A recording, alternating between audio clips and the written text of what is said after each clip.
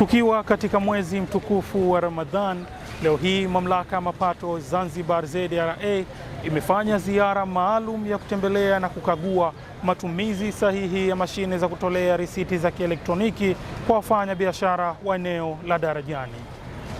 Zoezi hilo limeongozwa na Kamishna wa Kodi za Ndani CPA Ali Adnan Hamad, ambapo naye alipata fursa ya kueleza namna zoezi hilo lilivyofanyika. Sisi Mamlaka ya Mapato Zanzibar tumekuja hapa katika eneo la Darajani Souk kwa lengo kubwa la kuangalia uwajibikaji wa walipa kodi. Tukisema uwajibikaji, maana yake namna ya utoaji wa risiti, waliosajiliwa au hawajasajiliwa, namna ulipaji kodi. Kwa hiyo hilo ndo lengo hasa la kuja hapa katika maeneo haya kufanya zoezi hili. Tulipofanya, tumetembelea baadhi ya maduka. Katika maduka tuliyotembelea mingi, tumeona utumiaji wao wa risiti bado hauko sawa sawa, yaani utoaji wao wa risiti hauko sawa sawa. Wengine wanasema mashine ni mbovu, lakini kawaida sisi ukisema mashine ni mbovu unakuja kuripoti ZRA na tunakupa karatasi maalum ya kuonyesha kwamba na muda maalum kwamba wewe kipindi hiki basi mashine yako itafanywa matengenezo na utaruhusiwa kutoa risiti za kawaida kwa muda maalum.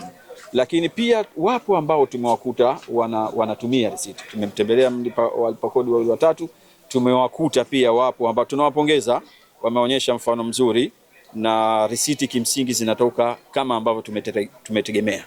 Kikawaida kile ikifika kipindi kama hiki, sisi tunafanya mazoezi maeneo yote. Timu hii imeanza hapa, lakini na hii timu itakuwa na shift mbili kwa siku. Tutakuja asubuhi, tutakuja mchana, na zikifika Ramadhani za mwisho tutakuwepo usiku pia. Kwa hiyo maeneo yote haya yatatembelewa. Huu ni mwanzo tu kwamba tumeanzia hapa, lakini tutakwenda Mlandege, tutakwenda Mchangani, tutakwenda Mji Mkongwe na sehemu nyingine.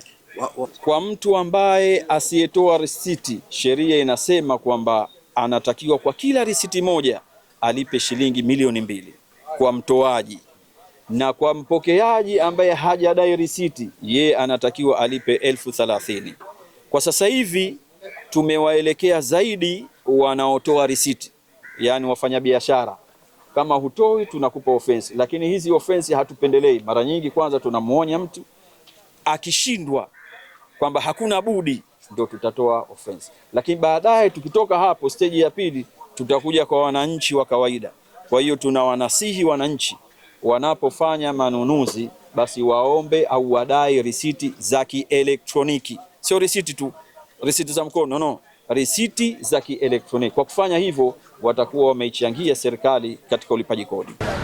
Kwa upande wao, baadhi ya wananchi walipata fursa ya kueleza namna walivyolipokea zoezi hilo.